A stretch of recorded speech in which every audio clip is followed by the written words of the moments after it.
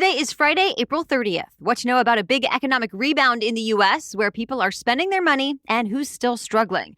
Also, major changes likely coming to voting rules in another swing state, and possible invisible attacks now reported on U.S. soil. We'll explain. Plus, an update in the case of Lady Gaga's kidnapped dogs, a new plan to release genetically modified mosquitoes. And break out your big hats. It's time for the Kentucky Derby. Welcome to The Newsworthy. All the day's news in around 10 minutes. Fast, fair, fun, and on the go. I'm Erica Mandy. Thanks so much for being here. You ready? Let's do this.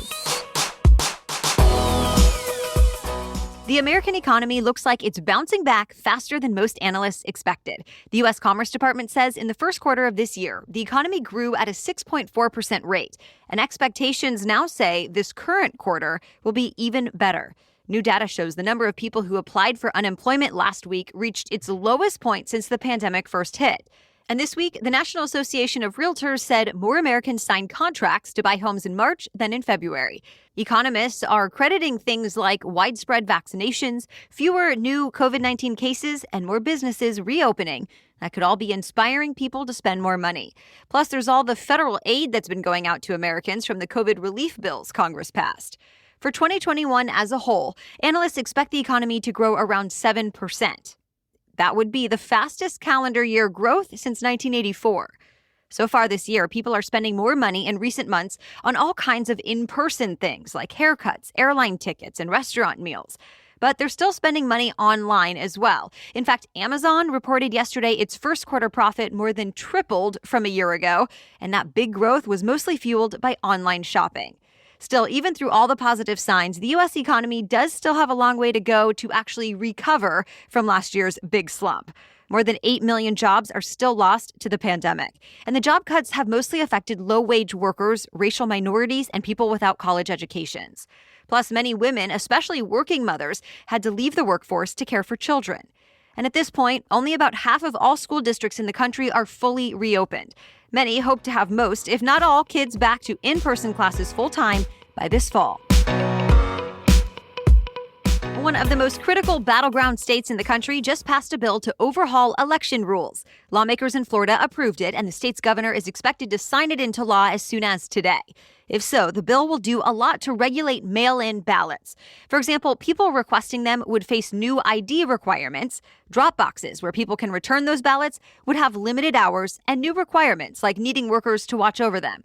Plus, people will have to request absentee ballots for each election instead of being on an absentee list that lets you get a mail-in ballot every time. And that's just a few of the many new measures. Republicans who push for these changes say elections in the state just need to be more secure. But Democrats, along with some voting rights organizations, say the new regulations will make it harder for people to vote and have their voices heard. Of course, this is just the latest state to pass a bill like this. You'll remember Georgia faced widespread controversy last month when it became the first swing state to approve new election rules. Texas, Arizona, and other Republican-led states are considering similar laws as well. Federal officials are trying to get to the bottom of two mysterious incidents in the U.S. that seem similar to invisible attacks in Cuba. You might remember, beginning in 2016 in Havana, Cuba, dozens of American diplomats and their support staff reported some bizarre things. They say they heard strange sounds, felt pulses of pressure in their heads, and had some other unusual physical sensations. In some cases, diplomats say they noticed their hearing and vision impacted. Doctors did brain scans and could see something happened, but they couldn't link the changes to any kind of known disorder. Well, now it turns out that same kind of thing happened to a couple other top officials, but here in the U.S. As CNN reports, one incident was this past November near the south side of the White House. A National Security Council official got sick from it with symptoms that mimicked what officials are now calling Havana syndrome. Separately, a White House official reported a similar attack while she was walking her dog just outside Washington, D.C. back in 2019. So federal agencies like the CIA and Defense Department are investigating. But so far, they have not said if the incidents here in the U.S. are connected to the attacks in Cuba, and they don't know who might be behind them or why they might be happening. Stay tuned. It's being called one of the worst civilian disasters in Israel's history. Dozens of people were trampled to death at a crowded religious bonfire festival. It happened as tens of thousands of Orthodox Jews were crowded together in what was meant to be a celebration. But for some reason, a stampede broke out. At least 44 people were killed and about 150 more are in the hospital, hurt. Israel's prime minister called it a terrible disaster, but it's still not clear exactly what happened. Some reports say it started when a few people slipped on stone steps, causing a, quote, human avalanche. There are now questions about poor planning or possible negligence. An investigation is underway. Well, people in Texas and Oklahoma are cleaning up from severe storms. Parts of both states were hit with hail the size of softballs and tennis balls this week. Plus, they got strong wind gusts that reached up to 70 miles an hour and a few possible tornadoes. There were reports of trees being shredded, windows shattered, and roofs damaged. Insurance companies and meteorologists say the damage will likely cost more than $1 billion to repair. There were reports of a few people hurt as well, but thankfully, they're expected to be okay. Remember, this is the second billion-dollar disaster so far this year in Texas. The first was back in February when a winter storm knocked out power and damaged water systems for millions of people. More news is coming up, but first, a quick break to thank our sponsor. Because you're listening to this show and getting your news in a quick, efficient way, I know that you value your time. We all have things to do between family, work, and just finding time for ourselves. So if you're someone who mails things out a lot, you'll appreciate Stamps.com for making that to-do easier, faster, and cheaper. Yep, mail and ship out letters and packages all from the convenience and comfort of your own home or office. And pay less thanks to discounted rates from USPS, UPS, and more. It's especially a must-have for any business. And that's why more than 1 million businesses already choose Stamps.com for their mailing and shipping, saving them thousands of hours and tons of money every year. So stop wasting time going to the post office and just go to Stamps.com instead. There's no risk, and with my promo code Newsworthy, you get a special offer that includes a 4-week trial, plus free postage and a digital scale. You get all that with no long-term commitments or contracts. Just go to Stamps.com, click on the microphone at the top of the homepage, and then type in Newsworthy. That's Stamps.com with the promo code Newsworthy. Okay, now back to the news. Menthol cigarettes might not be around much longer. Federal health officials are moving to ban them. If you're not familiar, menthol comes from the mint plant. And here in the U.S., it's the only flavor tobacco companies are still legally allowed to put in cigarettes. But for years, anti-smoking groups have said it should not be allowed. According to stats from the FDA and CDC, menthol is especially popular among teens and young adults. Tobacco companies have also marketed menthol cigarettes aggressively to Black communities.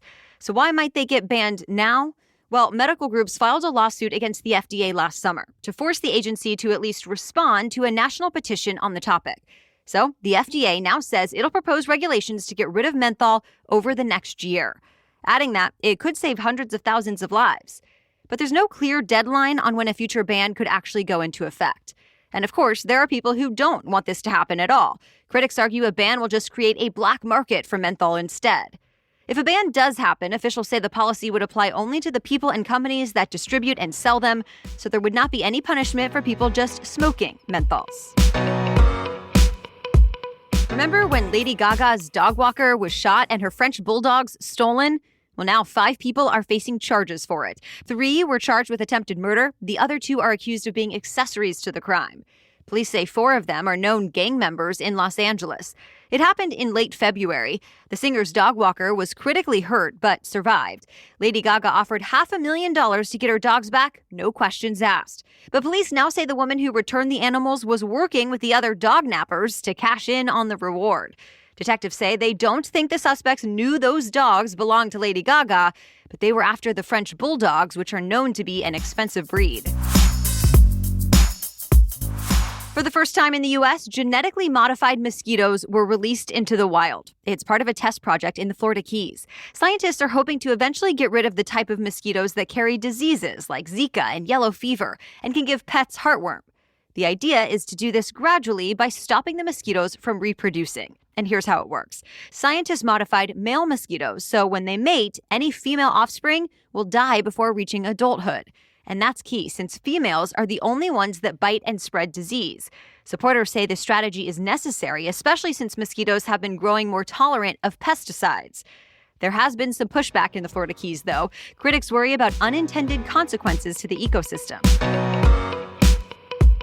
America's longest-running sporting event is happening tomorrow. We're talking about the Kentucky Derby. This year, the world-famous horse race is welcoming back fans after a year away. The Churchill Downs racetrack in Louisville can hold as many as 165,000 people, but Saturday's race will have a smaller crowd with limited capacity. Also, fans will have to wear masks unless they're actively eating or drinking. The race organizers are also encouraging people to make their bets online using an app, but cash bets will still be accepted on race day. You can watch the Kentucky Derby from home, too, on NBC Sports tomorrow afternoon. And that's it for the main news today, but now it's time for Feel Good Friday, when we bring you one extra feel-good or positive news story before the weekend. But first, this episode of The Newsworthy is presented by America's leading beverage companies, who are working together to reduce plastic waste in our environment. Not all plastic is the same. America's beverage companies are carefully designing 100% recyclable plastic bottles, including the caps. Their bottles are made to be remade. And they're investing in community recycling programs to help get more bottles back so they can be turned into material used to make new bottles. That completes the circle and reduces plastic waste. Please help get every bottle back. Learn more at everybottleback.org. Again, that's everybottleback.org. Okay, now back to Feel Good Friday. Today, we're talking about a woman who turned her personal tragedy into a movement to help others.